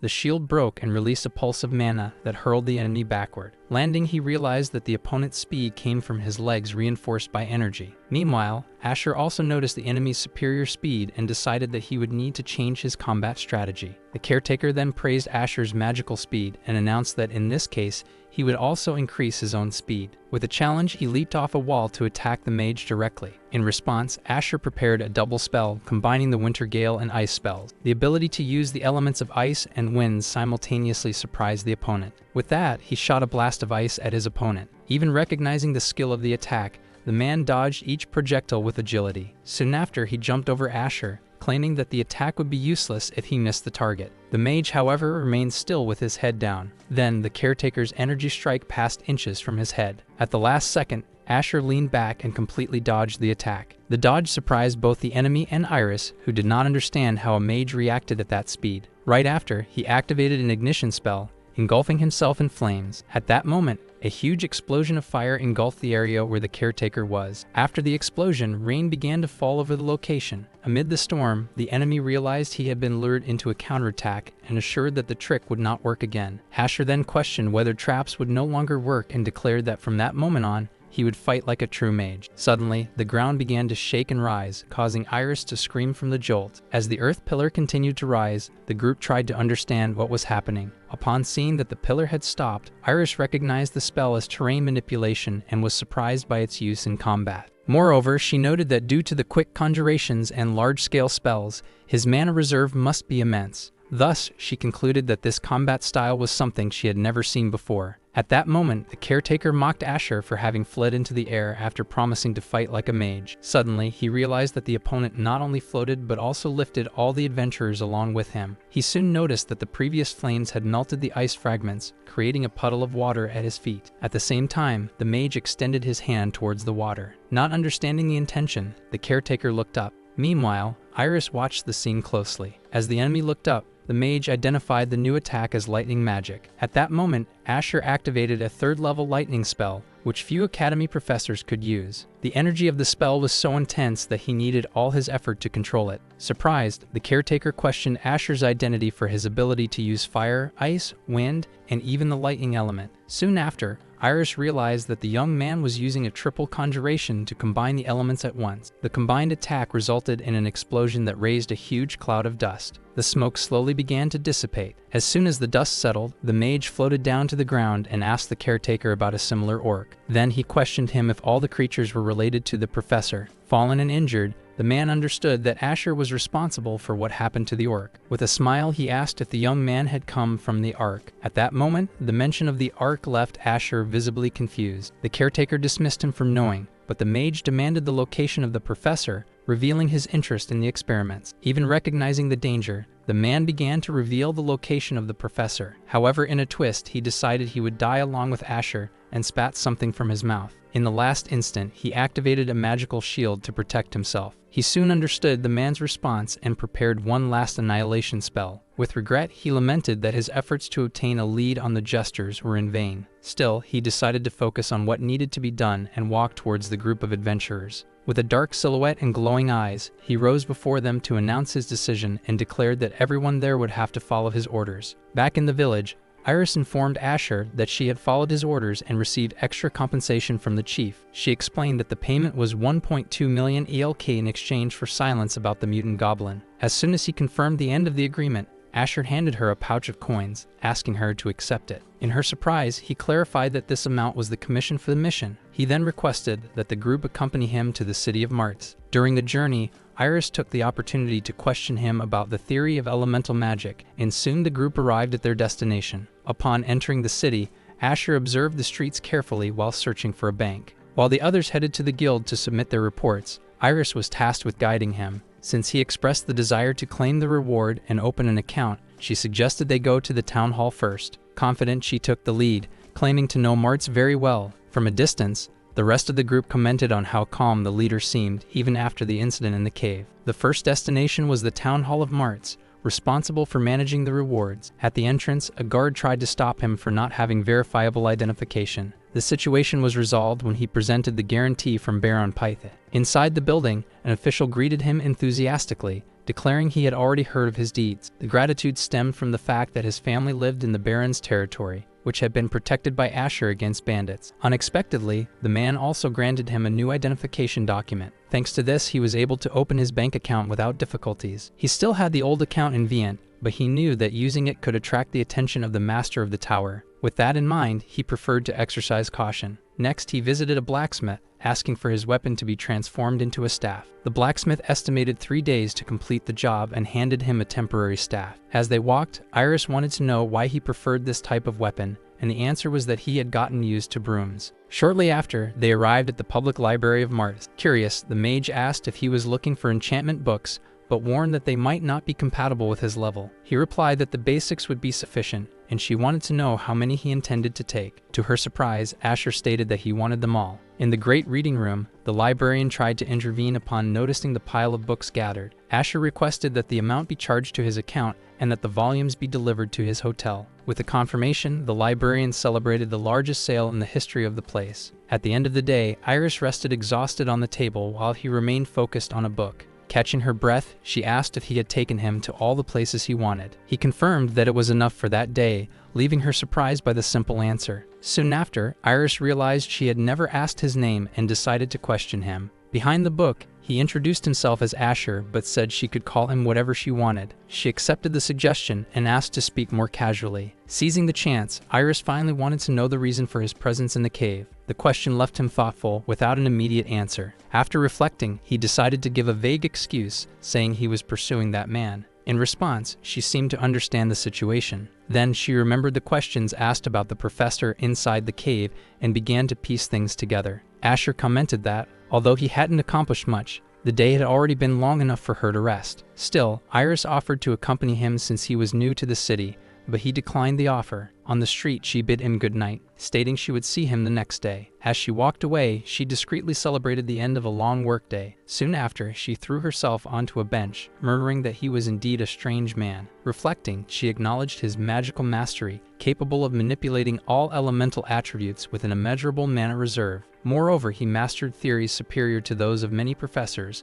and also had a talent for teaching. His face also indicated that he must be quite popular. Even so, when talking to him, his posture was rigid, almost like that of a scarecrow. Suddenly, she held her face in confusion as his image insisted on appearing in her mind. She concluded then that he was the most skilled mage she had ever met, a rare talent. Determined, she decided that the next day she would ask even more questions about elemental magic. At that moment, a distant explosion caught her attention. She turned abruptly in the direction of the sound. She soon realized that the Lorix Hotel was on fire. Immediately, she remembered that this was where Asher was staying. Amid the blaze, a human silhouette floated in the air. Iris looked at the scene, unable to believe what she was seeing. The figure amidst the flames revealed itself as Asher, with his eyes shining intensely. Thus, in a laboratory, a hooded figure informs a bespectacled man that Surgeon is dead. Then the man asks who killed him, and the hooded figure replies that they found traces of offensive magic. Upon hearing the conclusion that someone else had murdered him, the man throws a vial at the hooded figure's face. After that, he warns him not to play dumb. With a serious look, he repeats the question about who killed Surgeon. However, the hooded figure explains that they have not yet confirmed the culprit, and the man laments the loss of Surgeon before asking about the test subject. Soon the subordinate confirms that all traces of Surgeon and the test subject have been completely erased. With that, the professor criticizes him for not also taking care of who killed Surgeon. At that moment, he connected the deaths of the goblin and Surgeon to the silence of the 2 test subjects from the Baronia Paitha. With the experiment nearly complete, he wondered if the art group had already discovered them. He then orders the hooded figure not to return until they have killed the responsible party. Soon the messenger departs, determined to find the culprit at any cost. Meanwhile, at the hotel, Asher was practicing basic enchantment magic when a voice greeted him. At the same moment, while he continued practicing, the voice warned him to fall asleep quickly, as his last moment would be when he lay down. Suddenly, the hooded man, hidden under the bed, found the silence in the room strange. Upon seeing the bone of the earth spell forming, he reacted in surprise at being discovered. With that, Asher attacked him directly with his staff, forcing him to jump back in surprise. Soon after, the enemy floated in the air surrounded by an intense aura of fire. Amidst the crowd, the assassin observed the use of explosive magic in a confined space. Because of this, he concluded that Asher was a 3rd-level mage and decided to retreat for the time being. To cover his escape, he began shouting about a terrorist attack, spreading panic among the people. With that, Asher ordered everyone to flee and report the incident to the guards immediately. Amidst the chaos, he reflected on how the assassin managed to avoid his magical detection. He soon understood that the enemy had made a mistake by rushing too much. By completely erasing his existence, his presence became even more visible to Asher. Thus, he became like a dark hole on a blank page. An attack then hit him squarely. While fleeing, the assassin questioned how he had been sensed and what the Ark had sent, shocked by his opponent's lack of hesitation. Unfazed, Asher prepared a magic arrow spell. Soon after, the enemy dodged the projectiles while running through an alley. The assassin jumped back amidst the debris, trying to shield himself from the magical attack. From above, Asher observed and wondered if he had entered the building to avoid his attack. He soon landed in front of the building to continue the chase. Upon entering, he realized that the enemy had chosen a building occupied by a group of vagrants. At that moment, one of the men confronted him about the commotion, but Asher only asked where the assassin had gone. The man merely stared at him with an ironic smile, commenting on his impatience. He then made it clear that any information would come at a price. With a sigh, Asher realized there were no obvious escape routes in the area. The moment he concluded that the assassin was still nearby, a dagger whizzed past his face. The enemy used the man as a shield, stabbing him in an attempt to hit Asher. Hidden behind the body, the assassin watched closely for Asher's reaction. He then glared at his opponent, recognizing the cowardice of that move. Without hesitation, he unleashed a shockwave that slammed the enemy against the back wall. Dazed by the impact, the assassin quickly devised a plan. Lure him into expending energy on a magical barrier, and in that interval, escape using a smoke bomb. With the plan in mind, he leaped armed for the final attack. As he waited for Asher to raise the barrier, he was surprised to see that the mage remained still. Suddenly, he recognized the Bone of the Earth spell forming. To his surprise, the mana was concentrated at the tip of the staff, not in a defense. At that moment, he understood that the opponent also mastered hand-to-hand combat. The impact hit him squarely, forcing him to retreat. Then the spell suspended him in the air, immobilizing him. Desperate, the assassin resorted to his last resource, a smoke bomb. The explosion covered the entire area with a dense fog. To dissipate the black veil, Asher conjured a whirlwind. The smoke quickly dispersed, revealing a trail of blood on the ground. Suspicious, he wondered if the enemy had truly escaped. Suddenly, a firm voice interrupted him, ordering him not to move. Surrounded by guards, he was informed that he was under arrest for arson and acts of terrorism. Although the city of Mards slept, the report on the incident was carefully summarized. Then Mayor Henry Dacre questioned whether Asher was indeed responsible for the terrorist act. Soon, an officer clarified that he appeared to be the victim of an assassination attempt that led to the confrontation. With that, the guildmaster, Oscar, explained that the case seemed to be linked to another incident, and that was why he was overseeing the investigation. Thus, the mayor expressed concern for the newcomer and asked about the damages caused. In response, the officer informed that only the top floor of the inn was destroyed and a wanted criminal died, but the murderer remained at large. Additionally, he mentioned the testimony of an adventurer who encountered a mutant goblin and an armed attacker in a cave. However, Oscar revealed that when they visited the site, they found no trace of bodies or goblins. Thus, the space was completely empty, with no signs of monsters or creatures. Therefore, the mayor concluded that an organized group was targeting adventurers and worried about the possibility of more incidents. Next, the master confirmed the suspicion and explained that he tried to assign a bodyguard for the young man, but encountered a problem. He revealed that a rumor spread throughout the town, causing adventurers and soldiers to refuse to protect him. Faced with the situation, the mayor decided he would speak with his own knights about the matter. The next day, at the town hall reception, Asher was waiting with his new staff, which had been completed quickly. Then, just as he thought about starting the pursuit, a voice announced his entrance into the room. Soon, a knight introduced himself as Jason, the vice captain of the Knights of Marts, and informed that he would act as his bodyguard. He then asked if there were any questions, while the young mage observed him in silence. At that moment, the young man understood that the suspicions about him had been lifted, but he noticed the knight's youth. Therefore, he questioned whether he could leave, but Jason imposed the condition that he accompany him at all times. Still, he lamented the situation but agreed to leave, leaving the guard confused about the destination. After walking for half a day, the sun began to set. Exhausted, Jason finally asked where exactly they were going. Then the mage remembered the condition, and while the knight complained about the hours of walking, he announced that they had arrived. Thus, in front of a large building, he revealed that this was the place he intended to visit. Not understanding, Jason questioned why they had walked all day to get there. However, without answering, the young man unleashed a massive explosion of fire against the building. While the knight watched in shock at the explosion, he explained that he was there to find someone. With a serious look, he revealed that he was searching for the assassin who had tried to kill him the day before. In response to Jason's question, he confirmed that the enemy was indeed at that location. Finally, he explained that he had managed to briefly touch the assassin's body to cast a tracking spell. With that, he explained that the tracking spell trace linked the target's mana flow directly to his own. Since the trace spell had not been dissipated,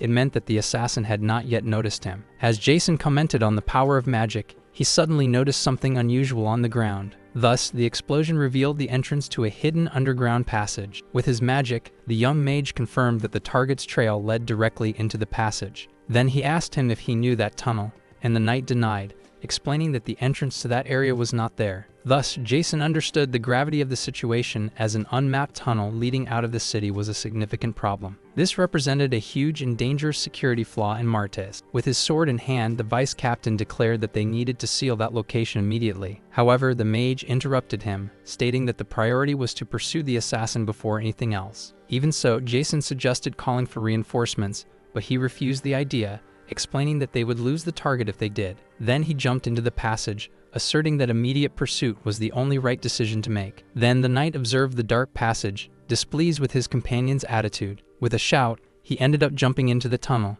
complaining about how all mages were annoying. Shortly after, the assassin began to walk down the long, dark underground corridor. In his thoughts, he lamented having wasted so much time at the location. After escaping, he needed to heal his wounds, but the delay made him fear that the professor would try to kill him. Still, he dismissed the idea of fleeing, as he knew he wouldn't be able to escape the clutches of gluttony. With no other option, he entered a room, hoping that the professor would show some mercy. Then the figure greeted him sarcastically, mentioning his famous face in Martes. With that, the man reprimanded him for creating a spectacle that alerted the mayor and the guild about their presence. He then demanded a clear and concise explanation of what had happened. Thus, the assassin reported that after preparing an ambush, he was detected and attacked by a large-scale spell. Afterward, he explained that even after using a smoke bomb to escape, the mage pursued him the entire time. He then suggested that his escape was only possible because of the arrival of the knights, but the professor doubted that excuse. Suddenly, the leader seemed to understand what had really happened. Urgently, he ordered the assassin to remove his armor and burn it immediately. As soon as the armor was thrown into the fire,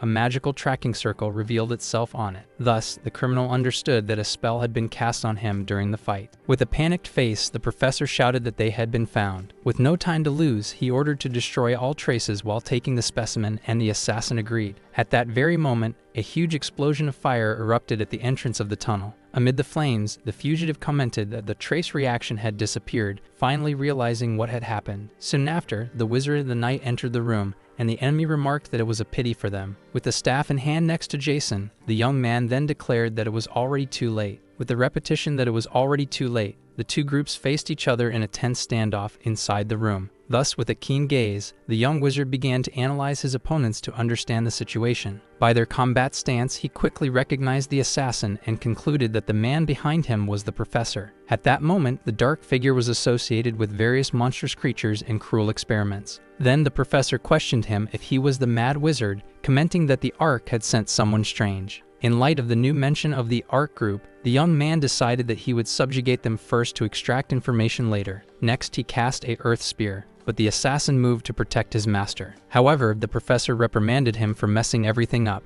and the subordinate merely apologized. With no other choice, the man ordered his follower to take responsibility and buy time while he escaped. However, the wizard assured him that he would not go anywhere and shot a magic arrow to stop him. With a swift movement, the assassin jumped in front and blocked the spell. With the weapon in hand, he declared that he had orders to buy time. Faced with the block, the wizard realized that a low-power spell would not work, but a stronger one could eliminate the chance of obtaining information. In that moment of hesitation, Jason advanced and blocked the enemy's attack with his sword. With the opponent occupied, the knight shouted for him to go ahead, assuring that he would follow shortly after. In response, the wizard quickly advanced enveloped in energy, to Jason's surprise. Soon after, he sped through the tunnel, leaving only a magical trace behind. Upon reaching the end of the passage, he stopped to look for any sign of the professor. Suddenly, a strong smell in the air caught his attention. Thus, he recognized the odor of bodies and spotted the figure waiting for him at the end of a long walkway. Then the professor greeted him, expressing surprise at how quickly he had arrived, but happy to show his work. With a gesture, he revealed dozens of creatures trapped in dark cells behind him, asking what he thought of his creations. The young man then identified the creatures as jesters and confirmed that the man was the creator of all of them. Next, the professor explained that these were the failures that had not fully accepted his ideals. Shortly after, he picked up a remote control, assuring that they would be more than enough to deter an intruder. With that, he pressed the button and released all the creatures to attack the wizard at once. As the monsters surrounded him, he prepared for an area attack to avoid wasting time. Then he focused to prepare the double casting of the wave and thunder spells. With the combination, he unleashed a massive wave of thunder that swept through the hall and hit all the creatures. Thus, the professor was caught off guard by the powerful wave of energy. Finally, the impact of the devastating spell violently threw him backward. Fallen on the ground and still feeling the effects of the magic, the professor called him a lunatic. Then he understood that the information about being just a third-level wizard was completely wrong. With that, he concluded that to control magic at that level, Asher had to be at least a fourth-level wizard. Still on the ground, the man lamented that his decades of research would be wasted if everything ended there. In a desperate act, he dragged himself to a large red button and pressed it hard. Thus, the action activated a containment capsule that rose from the ground, revealing a humanoid figure inside it. Soon after, he declared that it was time to awaken his masterpiece, as the creature inside the capsule began to move. Suddenly, the young wizard appeared behind him and questioned where he had fled to. However, the professor asked how he had passed through the creatures, but received the answer that it was obvious. With a serious look, the young man simply stated that he had burned everything. Faced with that response, the man understood that a single mage could not have done that and confirmed his suspicion. Thus, with the reflection of the opponent in his glasses, he confidently declared that this was a fourth-level mage. Shortly after, he pointed to the creature in the capsule and asked what the young man saw beside him. With a smile, he described it as his masterpiece and his own daughter. As he pressed the button, he revealed that this creature was gluttony, the embodiment of his group's ideology. With that, he declared with conviction that this child represented the future of humanity. Without hesitation, the mage advanced to attack him before he could finish his sentence. However, he realized he had arrived a second too late, as the button had already been pressed. Thus, from the capsule, the creature emerged completely transformed, representing the ideal future of consumption and evolution. Seeing it support itself on the ground, the young man finally understood what the professor was trying to do. Still on the ground, the man celebrated that the Mad Mage's mana would now serve as nourishment for his creation. With a sinister smile, the creature stared at him with its bright, hungry eyes. Then, with a mouthful of teeth, it turned to him and declared that it was hungry. This declaration surprised the mage, who did not expect the being to be able to speak. Before he could react, the creature shouted again that it was hungry, releasing an aura of energy. Then it fixed its gaze on him and stated that he looked delicious, declaring that it would eat him. Soon he noticed that the enemy had enhanced its body with energy, demonstrating a skill that would take years to acquire. With that, he watched the artificial creation use its abilities to leap towards him. Then it attacked him with a series of quick strikes, targeting his blind spots and forcing him to defend himself. As he defended himself, the mage recognized that, as a researcher, the creature was interesting, but the fight needed to end. Thus, with a shout, the monster charged and struck his energy shield with all its might. Immediately afterward, the young man responded with a staff strike that hit the creature squarely in the face. With the force of the impact, it was violently thrown back, shattering the ground upon falling. Finally, before the fallen enemy, the mage declared firmly that she was no match for him. To survive for 7 years as a test subject in the Bourne Magic Tower, the young man had to constantly suppress his explosive anger. Thus, back in his room after the experiments, he used those emotions as a driving force to complete his theory. With that, the creature was on the ground. The more his emotions were stirred by the battle, the more focused his expression became. Soon, his mind became clear, and a cold rationality took control of his actions. Then he nicknamed the professor's masterpiece Mortal, whose physical abilities were comparable to those of the Jester of Pithe. Moreover, its regenerative capacity also proved to be equally impressive. However, the creature demonstrated an abnormally superior elasticity, flexibility, and speed. Despite this, the mage realized that the enemy's advantages ended there. When he tried to attack, the creature jumped up quickly. Suddenly, an earth spear emerged from the ground and struck it directly. Then, the young man revealed that the previous attack had only been a feint. Next, he prepared multiple magic arrows for the next attack. The creature, however, lacked the technique to distinguish tricks and only attacked with brute force. With that, a bone spike pierced its shoulder, revealing it as a beast in human form. With its body impaled by spikes, the mage declared that it was too weak to be called a masterpiece. Shocked by the defeat, the professor could not believe that his creation had fallen in such a way. Soon he remembered his notes, which described how the creature absorbed the characteristics of its prey. Thus, it would become a being in constant strengthening, that would transform it into the true neo-human, the ideal evolution of humanity. Even so, that ideal being had been defeated in a completely one-sided manner. Then the man understood that the creature was still weak and considered feeding it his own arm to restore its strength. With a new plan in mind, he decided that he would kill the mage to escape the place. Suddenly, the young man pointed his staff at him and demanded to know where the experiment records were. Then he threatened him, saying he would kill his child right there if the records were not delivered. The professor, with no choice, agreed to the demand, thinking that this was an opportunity to survive. With that, he offered the research diary, claiming that it would prove the value of his work. Then, the young man took the diary and began to flip through it quickly. Soon afterward, he threw it on the ground along with other notes, stating that he would not need that. Not understanding, the man questioned him about what he thought he was doing. The mage, however, recognized the value of the research, but he did not understand why it would be discarded. With a serious look, the young man simply explained that it did not align with his own ideals. As the professor begged for his life, the mage observed the notes on the terrorist plan. He then considered questioning him about arc and gluttony, but quickly changed his mind. As soon as he heard Jason approaching, the mage decided he needed to end everything to avoid complications. With that, he declared it was time to disappear, while the professor pleaded for one more chance. Without hesitation, he activated the spell Ignite, and the man was completely consumed by flames. Soon after, the knight arrived at the scene and asked if Sir Asher was alright. In front of the campfire, he confirmed that he was safe and questioned him about the assassin. Jason then boasted about having landed a solid blow, assuring that the enemy must be in much worse condition. While reading a document, the mage understood from the evasive response that the target had escaped. At that moment, he realized that the document in his hands was, in fact, a map. As the knight asked about what was burning, he noticed that the terrain on the map was near Martz. His attention then turned to a red mark indicating a specific location on the map. Suddenly, he felt a sharp pain in his head and bent over from the impact. With the sudden pain, he recognized the symptoms of mana exhaustion and decided to return for now. A few days after the subjugation of the professor, peace seemed to have returned to Martz with the exposure of the plan. Upon confirming the scientist's plans, the mayor became furious and put the Knights of Martz on high alert.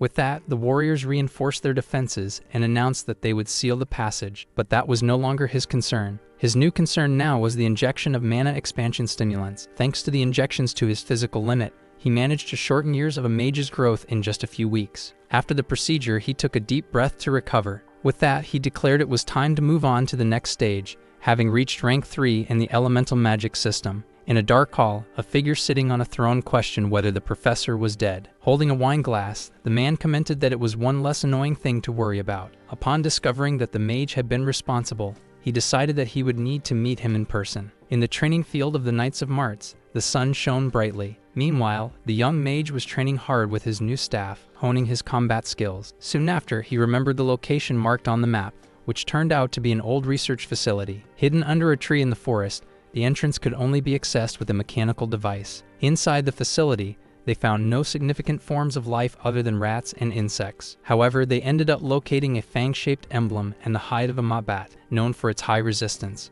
Despite the search, no information about the Arc or Gluttony group was found at the site. Still, the sorcerer felt satisfied to have obtained the valuable mabat hide and avoided a catastrophe in Martz. Suddenly, a knight approached and informed him that the mayor was looking for him. At the town hall, the city leader thanked him, acknowledging the enormous debt he had to him. He then explained that, thanks to the discovery of the plan, they managed to capture the remnants of the faction hidden in the city. Soon after, he asked for his understanding in keeping his contribution a secret, and the mage agreed to avoid panic. Thus, he reflected on the importance of building his reputation to gain money and experience. Being recognized as the hero who saved the city, he hoped to obtain more opportunities, like the one he had in Paith's territory. With the conversation concluded, the mayor invited him to accompany him, revealing the true reason for keeping the incident a secret. Then, the man guided him to a vault that stored rare items purchased by the city or confiscated from criminals. Upon entering, the place was revealed to be the magical items vault, and the young man observed everything with curiosity. As a reward,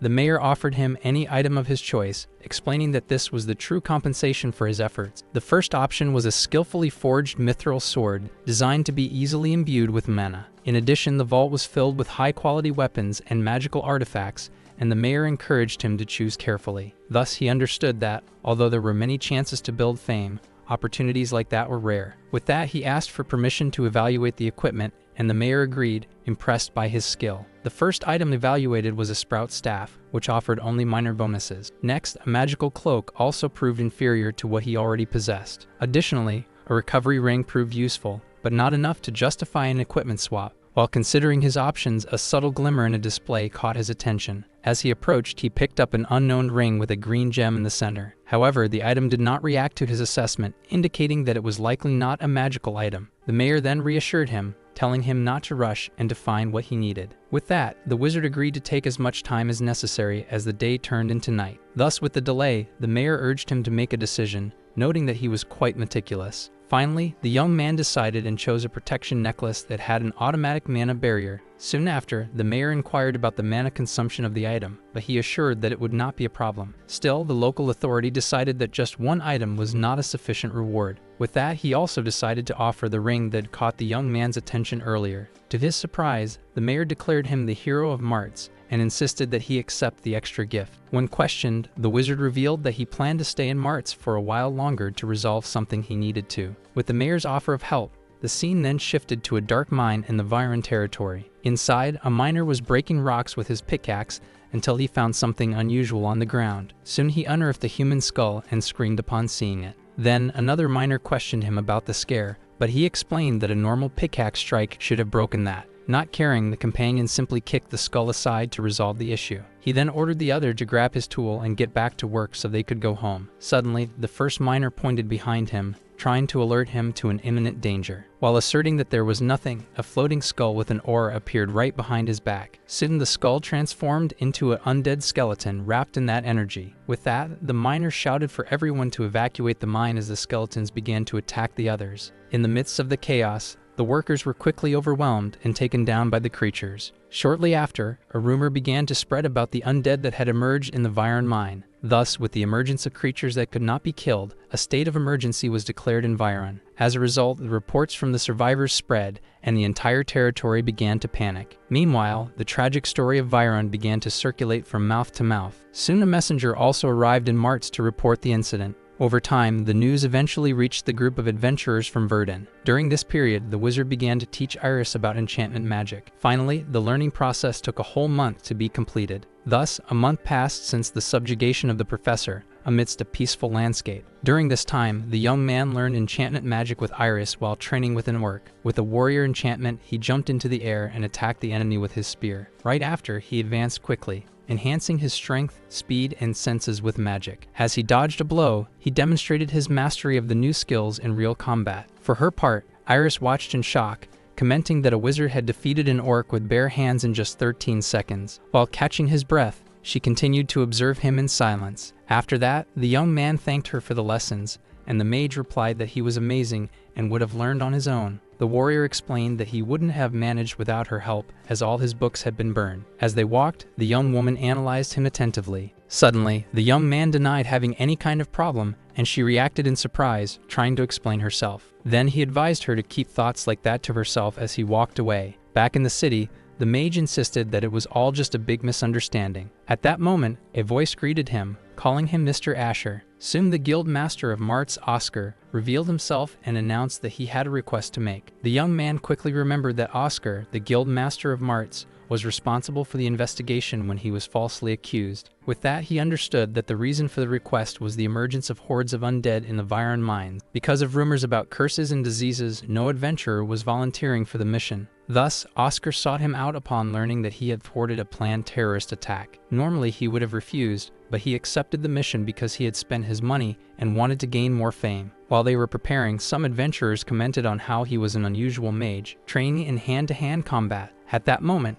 Iris approached and asked about the rumors, but he pretended not to know anything. The young man then asked her if she wasn't afraid of the undead, since her group was also going. She confidently replied that, as a graduate of the academy, those silly rumors did not affect her. She then explained that it would be a good opportunity, as they would provide support from the rear and not from the front lines. With a serious look, he simply expressed the wish that this would indeed be a good opportunity, as she said. The next day, the expedition set out, with the caravan traveling through the forest. Inside the carriage, other mages noticed that he was continuously using the flight spell and keeping his distance from the group. One of the female mages then turned to Iris and asked what her relationship was with the young man, as they seemed close. With an embarrassed expression, the young woman simply replied that they could be considered upperclassmen and freshmen. The mage then explained that during a dangerous mission, her group was saved by him, and they grew closer after that. Flying at a distance, the young man seemed to notice something on the horizon. The other mage asked if they were from the same academy, but Iris awkwardly replied that he was more like a teacher. Suddenly, the young man appeared at the carriage door and announced that a horde of undead was chasing the residents of Viron. Without hesitation, he declared that he would go ahead to provide support and took off at high speed. Upon spotting the horde of skeletons, he considered it the perfect opportunity for a test. With that, he grabbed a grimoire, ready to see the results of the past month studying enchantment magic. The book was a rare grimoire he had stolen from the magic tower, capable of enhancing its user's magical power. It was a tome of unregistered elemental magic, in which he had inscribed a magic circle of connection. To test the connection, the young man then prepared a geographical manipulation spell. With the spell, he released a massive wave of energy across the battlefield to test its power. Inside the carriage, the other mages were startled by the tremor as the horde of undead was lifted from the ground. The young man then clenched his fist, controlling the power of the spell. In the next instant, giant stone hands completely crushed the horde of skeletons. To finish, he prepared a double conjuration with the fire element and launched a powerful fire attack. With the final attack, he unleashed an explosion that covered the entire field. The intense fire then completely incinerated all the remaining skeletons on site. The group of mages watched in shock, questioning how he still had mana for spells of that level. Soon after, the young man landed on the ground amidst the destruction. He then understood that the combination of his altered body with the power of the grimoire resulted in the massive spell. Seeing the rift he created, he concluded that all the time invested had not been in vain. Meanwhile, Iris watched him from afar, realizing that his skill level was already far beyond that of a 4th level mage. Suddenly, a skeletal hand emerged from behind and grabbed the mage's shoulder. A larger skeleton then pinned her from behind, causing her to scream from the surprise attack. At that same moment, a muscular man appeared and cut down the enemy with a single swing of his cleaver. Thus, Iris and Locke observed the newcomer in silence, not understanding what had happened. The stranger then held up a necklace with the number 2 and questioned the situation. At the same time, another man was searching for his prey, a platinum-armored user with an axe. The brute then turned to the group and asked why everyone was so quiet. With that, he repeated his question about his prey, being identified as the butcher Galliarch. The mage then informed him that, if he was referring to the undead, they were all already dead. The hunter reacted with disbelief, questioning how dozens of creatures could have been eliminated that way. He then recalled the report about the horde and found it strange that all had been exterminated without any injuries. His gaze then turned to the young man, while questioning if he had done all that alone. With that, Galliarch approached and directly asked if that work was his doing. The young man met his gaze with shining eyes and responded with a challenge about what would happen if it were. The brute then explained that he had been hired to hunt those undead, and that he had stolen his prey. In a tense confrontation, the man accused him of interfering in his work. With both enveloped in their auras, Galliarch declared that he would have to pay for that. Floating in the air, the young man questioned what the equivalent price would be, expressing his curiosity. With that, Galliarch noticed that he had increased the distance to choose a mage combat position. Even without understanding, the young man stared at him seriously, considering the possibility of confrontation. The brute then opened a smile with his eyes shining, declaring that it would be fun. One of the men warned Iris that he was being reckless by trying to fight the butcher. Thus, he explained that Galliarch was extremely powerful and dangerous, having crippled a knight during a fit of rage. Surprised, the mage questioned why the guild did not punish him for such a serious crime. The man then confirmed that there was no punishment because the guild needed the brute's strength. Soon, the mage goat explained that the rules did not apply to a platinum rank like him, and the guild knew that. Then, the ranger Nerian asked Gode to stop with the explanations and help him prevent the situation from worsening. The mage then approached and asked Galliarch to calm down, explaining that the other group was just fulfilling a mission. The butcher, however, suggested that they could just kill them and blame the undead, wanting to show the difference in skills. Thus, Gode addressed the young man, commenting that he seemed confident in his abilities. With an aura of energy, he declared that he would show him his place, pinning him with magical pressure. Even under the magical pressure, the young man identified it as being, at most, that of a 3rd-level mage. Under that weight, he understood that the technique was merely a release of raw mana that affected everyone present. With shining eyes, he prepared to react to the force imposed on him. In the next moment, he easily broke the magical pressure and knocked out Gode with a single movement. The brute then watched the scene in surprise, recognizing that the mage was not weak. With that, he concluded that the young man was stronger than he thought and questioned him about his name. With his eyes still shining, he simply replied that his name was Asher. With a smile, Galliarch said goodbye, stating that he would see him in Viron. The confrontation with the butcher's group ended faster than expected. With the mission to protect the survivors, Martz's team ended up delayed in reaching the Viron territory. After the conflict with the platinum rank adventurer, the young man understood that he had entered the bad side of his group. The next day, the Lord of Viren, Farned van Viren, thanked everyone for responding to his summons. He then announced that the Viren troops would depart immediately towards the mines. The mission's objective, with the support of the Order of Moons, was to exterminate the army of undead that had emerged. With Galliarch's group also present, he concluded the speech wishing that no lives would be lost. With Martz's dispatch team ready, he then gave the order for everyone to depart. As they prepared for battle, the butcher approached and asked the young man if he was nervous. A companion then advised him not to fight, but he replied that he would only react if provoked and told them to focus on the battle. With a signal, the horde of undead advanced against the troops, and the battle began with a great explosion. Then, a commander ordered everyone to aim for the enemy's heads to ensure destruction. He also warned that the bodies would regenerate if hit elsewhere, while asking for support from a distance. Suddenly, a blood golem emerged from the mass, and a cleric ordered everyone to retreat to avoid being crushed. The priest reinforced the warning, explaining that common swords would not work against that creature. Without hesitation, the brute jumped over the troops and advanced alone against the colossus. He faced the monster,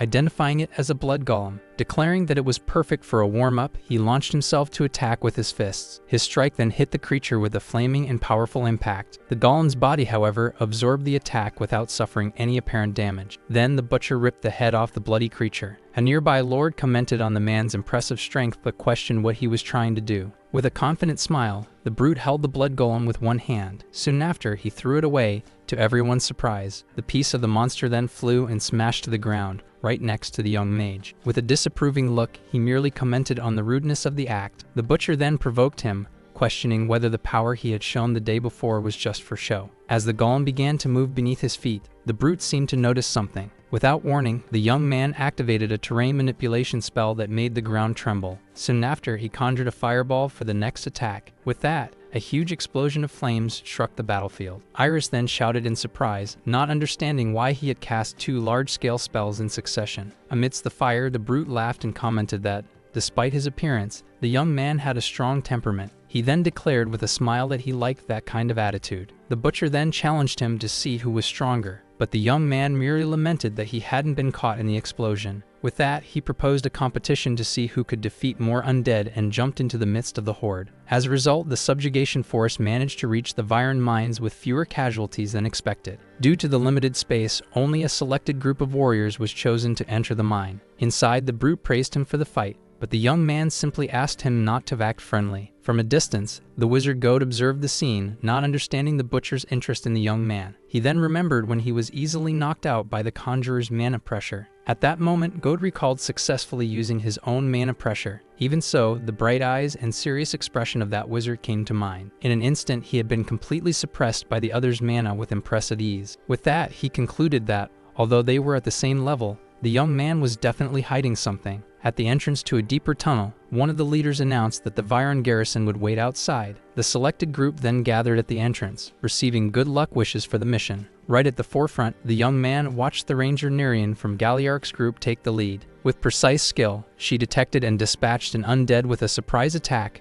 proving her worth. Seeing everyone performing their roles efficiently, he understood the true advantage of teamwork. Even with the group's coordinated advance, the young man continued to watch the path ahead attentively. He soon noticed a dark aura coming from the depths of the tunnel, piquing his interest. Upon reaching what seemed to be the end of the mine, one of the knights ordered everyone to stop. As he prepared to scan the mine, a cleric urged the others not to fear and to trust in the blessings. Noticing the hesitation, Iris approached and asked the young man if something was wrong. The brute then appeared behind him and asked if he had also sensed the smell of death. He then explained that, although he couldn't locate it, he felt a powerful undead nearby. The young man then confirmed that the butcher's intuition seemed correct and instructed the mage to stay behind him when the battle began. With the confirmation, Iris questioned what was to come, but he simply replied that he didn't know yet. Suddenly, a light appeared at the end of another passage, and some soldiers warned not to advance recklessly. The conjurer then approached and questioned Rox about the reason for the commotion. The knight explained that while checking other tunnels, they had found a light coming from the end of the passage. The brightness at the end of the corridor shone more intensely. The discovery surprised him, as he knew there shouldn't be any other exits besides the one they had entered. The light then revealed itself as daylight, coming from an unexpected opening in the mine's ceiling. Upon reaching the end of the tunnel, the soldiers were astonished by the new area they found. Soon, the group of adventurers advanced to investigate the newly discovered cave. In the center of the cave, a skeleton sitting atop a pile of bones indicated that the place was a tomb. Therefore, one of the soldiers recognized the emblem on the skeleton's chest as the royal crest of Estria. At that moment, Asher remembered that his identity was being concealed and that this land was the Duchy of Rudiante. Since the Duchy of Rudiante had declared independence from the Kingdom of Estria, it was strange to find traces of the old kingdom there. Shortly thereafter, the wizard Gode questioned the presence of such signs, unless the place was not really what everyone thought. With the discovery, he felt determined not to face another embarrassment, as his specialty was gathering information. On the other hand, the butcher Galliarch simplified the situation, stating that it was enough to eliminate the creature to solve the problem. In light of this, Gode himself offered to deal with the undead, surprising the warrior with his initiative. He then explained that there was no need to trouble the brute and that he would handle it alone. With a firm command, the sorcerer ordered the clerics to begin the purification ritual. At that moment, Asher understood that since the creature was a death knight, they could weaken it with purification. As the holy light enveloped the skeleton, it remained still and silent. Suddenly, a rain of stones fell from the ceiling, interrupting the ritual and surprising everyone. Shortly after, the creature's eyes ignited with an intense red glow, indicating that it had awakened. With attention, Asher noticed that the situation was about to change. In the blink of an eye, the skeleton advanced with surprising speed, raising a cloud of dust. Its skeletal hand then quickly approached to attack Gode, who was still lying on the ground. The mage looked back, surprised by the impending attack. At the last second, the brute grabbed Gode and threw him away, intercepting the blow. The skeletal knight then moved again, and the butcher concluded that this was not an ordinary undead. Thus, one of the clerics identified the creature not as a death knight, but as a lamenting knight. The cleric explained that, although it was weaker, the true threat of the creature was different. He then revealed that the lamenting knight possessed the dangerous ability to command other undead. Ready for battle, the warrior stated that the course of action was now clear. With his staff glowing, Asher declared that the group needed to focus on taking down the lamenting knight. Before that, he announced that he would reshape the terrain to neutralize the enemy's numerical advantage. Not understanding, Iris watched him as the ground began to tremble beneath their feet. As the tremor intensified, the young woman screamed and questioned what he was doing. The brute then taunted him, asking if he was trying to claim the enemy all for himself. In response, Asher urged them to think rationally, as there would be many enemies for each of them down there. With the assurance that there would be more than enough to fight, the butcher prepared for combat. Meanwhile, the rest of the group faced the dark mages, and the strategist announced that he would take care of the main target. At the same time, the brute and the clerics positioned themselves to confront the giant skeletons that had appeared. Alone in another part of the battlefield, Asher slowly approached his opponent. Finally, he found himself face to face with the lamenting knight. The lamenting knight then raised his sword, ready for combat. Soon after, the creature charged at high speed while the mage prepared for the attack. With that, he conjured multiple fire arrows that flew toward the skeletal knight. The fire attack was a strategic choice, as undead are weak against that element. Even engulfed in flames, the enemy remained standing, so the conjurer decided to intensify his next attack. Additionally, he used a double conjuration to prepare a new, more powerful spell. Then, a barrage of heatwave arrows was fired at the adversary. The creature, however, blocked the attack with one hand, surprising everyone. Seizing the opportunity, the young man prepared a fire lance for a direct attack. The spell then struck the knight's chest with a piercing impact. The attack left a hole in its body, but the skeleton showed no signs of damage. In the next moment, the opponent counterattacked by throwing his sword. With the counterattack, the sorcerer understood that a poorly executed block could break his mana barrier. The creature's downward strike left him completely open for the next attack. As a last resort, he prepared a combination of the Wave and Winter Gale spells. Thus, with a double conjuration, he unleashed a powerful glacier breath that froze the knight. Soon after, he decided that if fire didn't work, he would crush it with brute force. Focusing his mana, he prepared a triple throw of Earth Lance for the next attack. The attack then struck the adversary's head directly. Suddenly, the creature began to release an aura of energy while murmuring that it needed to return. The mage then watched in surprise as the knight dodged his attack. In the next moment, he noticed that the creature's appearance had completely changed. Suddenly, he felt his mana deplete, realizing that this was the worst possible moment for that to happen. As the enemy moved away, he understood that he would be defeated if the fight continued this way. At the last second, the warrior emerged and delivered a powerful punch to the creature. With his body covered in blood, the fighter declared that he would not let anyone steal his main course. Elsewhere, the head of a lich fell to the ground, defeated. Soon after, one of the soldiers crushed the skull with his foot. A commander then observed the group and commented that survival against 3 liches was only possible thanks to Nirien. Gode then complained to the commander for giving all the credit to Nirien, and he apologized, acknowledging his contribution. With the battle over, Iris looked up, wondering if everyone else was okay. Myrna then warned her not to worry about the others and to focus on how to escape from there. Looking at the hole in the ceiling, the group realized that there was no way out and that they would be lost if the conjurer was defeated. Suddenly, the ground began to shake violently, catching everyone by surprise. The terrain then started to disintegrate and give way beneath their feet. On the surface, the warrior charged at the lamenting knight, initiating the confrontation. With his fist enveloped in energy, he prepared to deliver a powerful blow. He then unleashed a flurry of rapid punches that struck the creature's body squarely. The knight, however, resisted the attack and grabbed the fighter's face with one hand. Soon after, the creature managed to retrieve its sword that had fallen to the ground. Meanwhile, above them, a bright light was approaching. In the next moment, the flash hit the creature squarely. With an axe in hand, the brute landed a kick that sent him flying away. From the bottom of the pit, the group watched the battle and recognized the two companions fighting together on the surface. The big guy questioned the mage about still being able to move with a provoking smile. With that, the conjurer asked him to focus, and the other commented that the creature was annoyingly resilient but fun. The strategist then instructed him to act as bait to align their attack, and the partner agreed to do his best. Following the plan, the warrior jumped high into the air, positioning himself directly above the knight. He then descended with a destruction strike that created a massive crater upon impact. With a powerful kick, he shattered the enemy's head into pieces. In the next instant, the creature's body completely regenerated from the fragments. Shortly after, the skeleton summoned several minions from the ground that grabbed the fighter to restrain him. To help him, the mage unleashed a burst of mana that disintegrated all the skeletons around. The big guy then seized the opportunity and grabbed the knight's face with one hand. With a swift motion, he hurled him forcefully against the cave floor. Suddenly, a voice ordered him to get out of the way, surprising him. The conjurer then unleashed a massive explosion of fire that engulfed the area,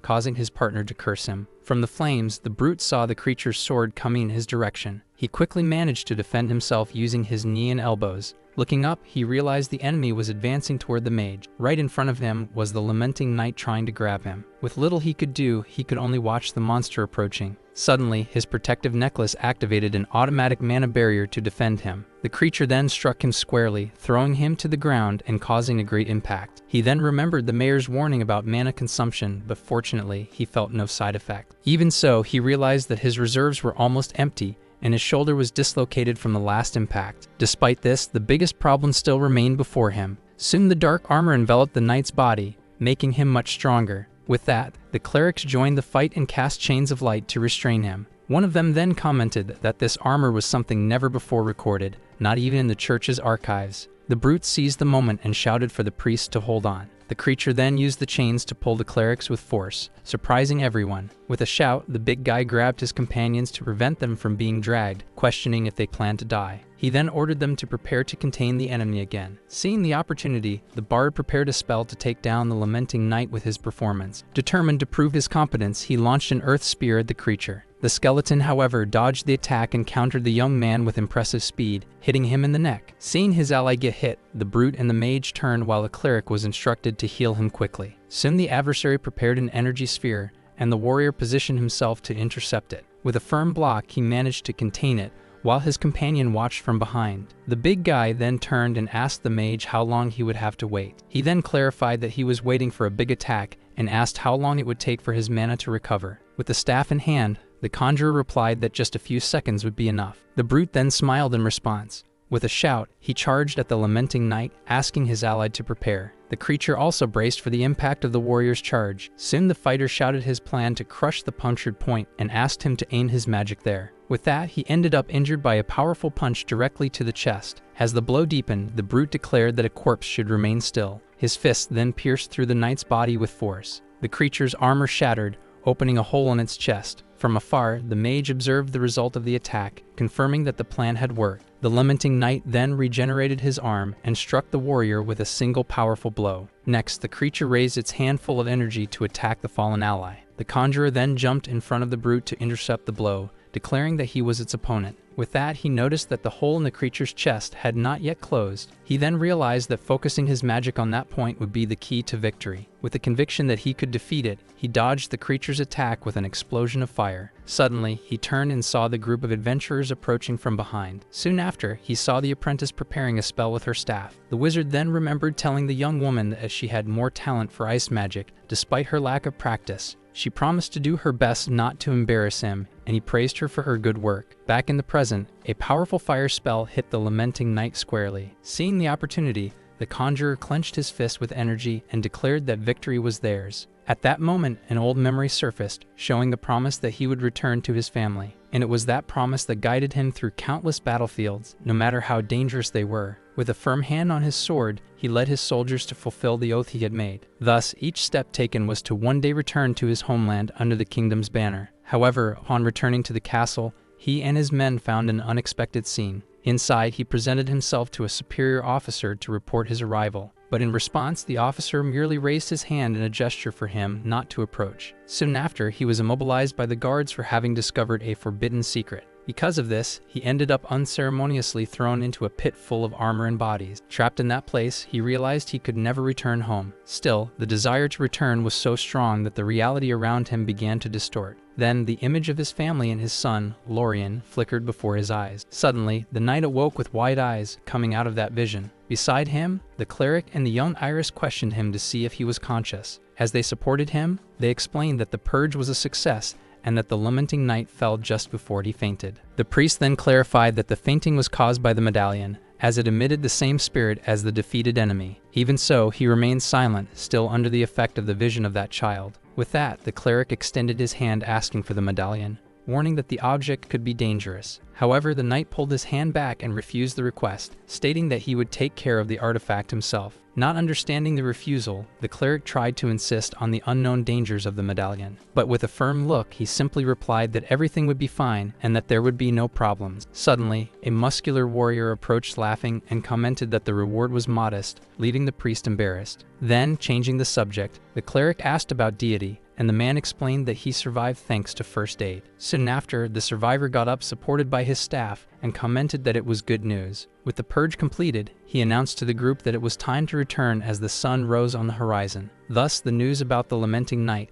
an undead who commanded other undead in the Boiron mines, soon reached the city. Upon learning of the incident, the local lord was horrified and hastily ordered the area to be cleaned. Fortunately, none of the adventurers who entered the mines died, and all were able to rest and recover. However, the memory of the deceased knight's memories led the protagonist to isolate himself at the top of a tower that night. With everything that happened, one thing became clear to him at that moment. The incident had made him stronger. Alone at the top of the tower, he concluded that real combat accelerated his growth, even while still being rank 3. And with the mana increased by the ability Challenging the Heavens, he could now use area spells comparable to rank 4. Even so, he raised his hand to the moon, acknowledging that he was still far from reaching his true goal. Soon after, the young man clenched his fist with determination, promising himself that he would not give up until he achieved it. It was precisely for this reason that he obtained the special ability Challenging the Heavens. With the arrival of a new day, the incident in the mines was finally considered over in the city. Thus, the clerics of the Order of Luas decided to remain on site to continue monitoring the mines for safety. Meanwhile, the other adventurers said their goodbyes and set off on their journeys back to their respective areas of activity. On a street in the city,